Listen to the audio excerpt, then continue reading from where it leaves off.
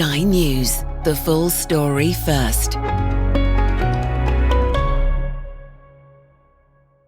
Coming up, Venezuela's president is in US custody awaiting trial, but so too is the woman seen as the power behind Nicolas Maduro's throne, his wife, Cilia Flores. So, who is she? On Friday the 3rd of January, as the rest of us were taking down the decorations and having just one more chocolate, the United States was getting busy. In a raid either audacious or illegal, depending on your politics, Donald Trump did exactly what he'd promised. Venezuelan President Nicolas Maduro was seized and taken to the States to face trial.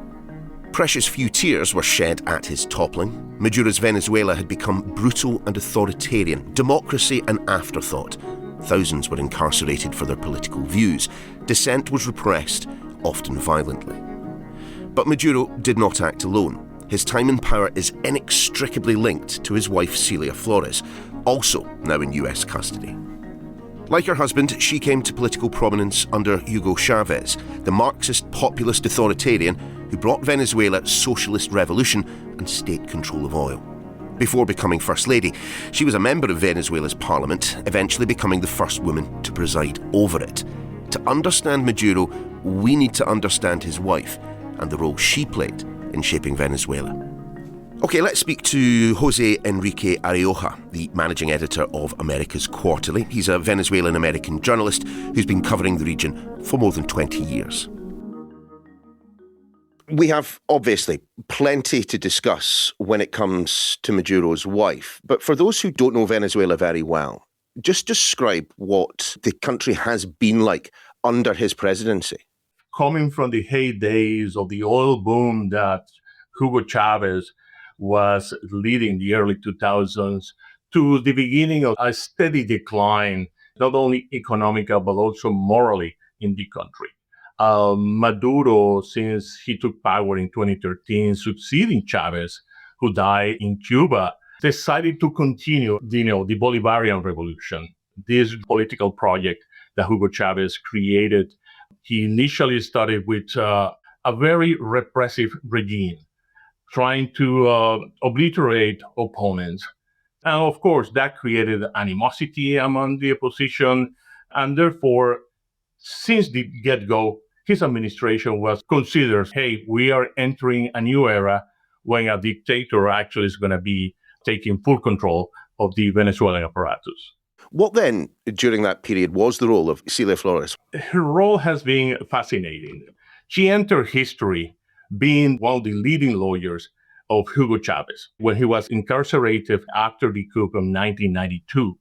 She helped Chavez assisting legally facing those charges, and that's how she entered into the Venezuelan history. During those years, she managed to meet Maduro, get emotionally involved, and they lived together for a long period of time, more than a decade or so. And when Maduro got elected in 2013, they decide to actually, formalize the relationship and get married. Since that moment forward, she takes a very prominent public role.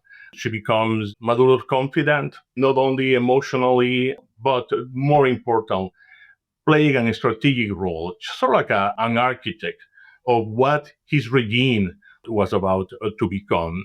And her background is very important for our audience to know. She's a lawyer. She's a very skillful speaker, very good at strategizing. And therefore, from there, she managed to play this crucial role in Maduro's life. So she was an important figure in Chavez's regime when she met Maduro. And they were connected through Chavez, weren't they?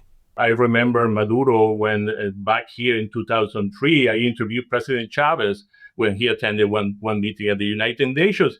And the guy was a charmer. He was a very cordial, very amenable individual that everybody sort of overlooked him because he was known as the bus driver. He was coming from a very humble beginnings, but nevertheless with that cunning intelligence for politics. Most of the people sort of always underestimate him because he was a bus driver, a security guard who was protecting the big echelon, but he outsmarted everybody else until this day. To what extent did the political paths that both Celia and Nicolas took, to what extent did they only achieve what they did because of the other? I mean, Celia Flores, as a politician, she has had a, in inverted commas, distinguished career in Venezuela. Certainly she has been very successful as a politician. She was the first woman to preside the National Assembly back in 2000. She was part of that golden era where everything was possible. When Chavez was buying out the international favors in the region, in the Caribbean, even here in the United States. I remember him just offering oil, free oil, to heat the houses in the US. So this was a regime that took an epic proportions given the revenue coming from oil. How would you describe the relationship once Maduro became president?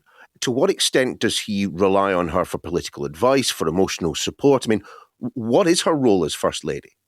A very pragmatic, power-driven individual that her role was pretty much seen in the country as the perfect enabler for Maduro to perpetuate himself in power. She, in 2012, was named, and it was still under Hugo Chavez, the Attorney General. She took the control of the judiciary system for pretty much a year. And during that stint, she managed not only to oversee the judicial system as a whole, to control it completely, Neil, but she also took a good hold of the police forces in the country. So she became not only a power-driven individual, a person who was controlling the levers of the judicial system, but also controlling part of the security apparatus. We have then some elements of accusation of corruption, the involvement in drug trafficking, which is part of the charges that she's facing here in the United States right now, and the famous case, which is the case related with her nephews who were captured and sent to the U.S. I was going to just mention that. I mean, there have been a number of occasions, haven't there, where corruption charges have come very, very close to her. I mean, you mentioned them there. I think they were known for a time as the narco nephews. The narco nephews, two of them were captured trying to smuggle 800 kilos of cocaine into the U.S. That was back in 2015. And the confirmation of all the suspicions that were linking Cilia and Maduro to the narco trafficking activities in Venezuela and the Caribbean. They eventually were charged in 2017, and they were released in a prisoner swap between the Biden administration and the Maduro regime in 2022. One thing that we know from the history books already is that along with those kind of corruption allegations, plenty of allegations of nepotism. Number of members of her family were appointed to some quite senior posts. That was typical in how the regime as a whole operated. I'm not talking about only during Maduro's year, but also during Chavez. In her case, when she was confronted with that sort of allegations, she was always, of course, adamant defending family members that were having particular positions in governments and ministries, saying, hey, they deserve that because they have earned it and I can defend them anytime. But the reality, Neil, is that those family members and the inner circle that surrounded Cilia and Maduro were living in a separate planet, in a different dimension in Venezuela. And of course, it wasn't easy to explain to the regular and average Venezuelan, the source of that wealth. How come they were having these luxurious living standards while the rest of the population was under a severe humanitarian crisis? How would you then characterise her? If asked to describe the woman in as blunt terms as you feel necessary, what would you say? She was hungry for power, willing to sacrifice any principle, any individual in order to achieve her ultimate goals, was and will be probably the most relevant of all her traits and what people will know her well. She was, as Maduro, dancing on the street, putting a show for the masses. She was a silent companion behind the throne, dictating, what the best move should be given the circumstances.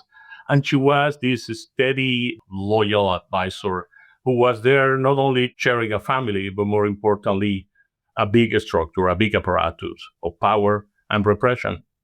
Well, it does appear that the fairy tale has come to a rather abrupt end. I mean, what do we know about the charges that are being brought against the couple in the United States?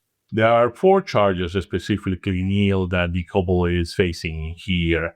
The most important of them is the conspiracy to smuggle drugs into the United States, the participation as well into that ring for narco trafficking. We have to remember as well that besides those strictly criminal charges against Maduro and Cilia, back in 2018, when she was sanctioned first by the US and then also for Canada, she also has to reckon with the fact that she was involved in the political repression, in the widespread torture system that has been quite famous in Venezuela for the past decade or so. Do you think there will be any tears shed in Venezuela over her departure? No. Absolutely no. And we actually saw this in the early hours after the raid that was carried out by the U.S. forces. You will expect people will go on the street, but we didn't see any of those mass representations or signals of pain and tears for the captured leaders. And that tells you about the very low popularity that the Maduro regimes enjoyed until very recently, because the simple oppression, the fact that this was a government who tried to subvert the rules of the system. And I'm not talking even the democratic rule, because Venezuela hasn't been a democracy for years, but there was a system, a regime trying to subvert every possible rule to stay in power, regardless of the well-being of the Venezuelan and the rest of the society. Jose Enrique, I believe I'm correct to say that you are Venezuelan-American yourself. And I'm kind of wondering where you and your friends' heads are at right now, whether there is hope for the future for your country, but at the same time, perhaps concern at the manner in which Maduro and his wife were taken out of the country. Yeah, this is a very relevant question, Neil. If you see the operation that the U.S. perpetrated in Venezuela, if we see it from the very legal point, the action is indefensible. The thing in here is that Venezuelans as a whole tried every possible avenue, every possible path to concede a political transition, and all of those fail. The lack of hope in the country was absolutely at the all-time high. This extraordinary action is just simply the ultimate reflection of an extraordinary situation that Venezuela as a whole and Venezuela as a society couldn't handle and couldn't solve. So my sense right now, Neil, is yes, I'm seeing this with hope. We hope it will lead eventually to the re-democratization of the country. We don't know that yet, okay, because we still have the old regime in power right now with the interim president, Delcy Rodriguez, fighting for survival, while the U.S. is trying to control the strings of powers from overseas. But the course of action has already been called, and we only hope that this one will lead to a better future. We are keeping our fingers crossed. Jose Enrique, it's been a pleasure to talk to you. Thanks for your time. And that's your lot for this week on The Daily. Thanks for listening. Have a great weekend.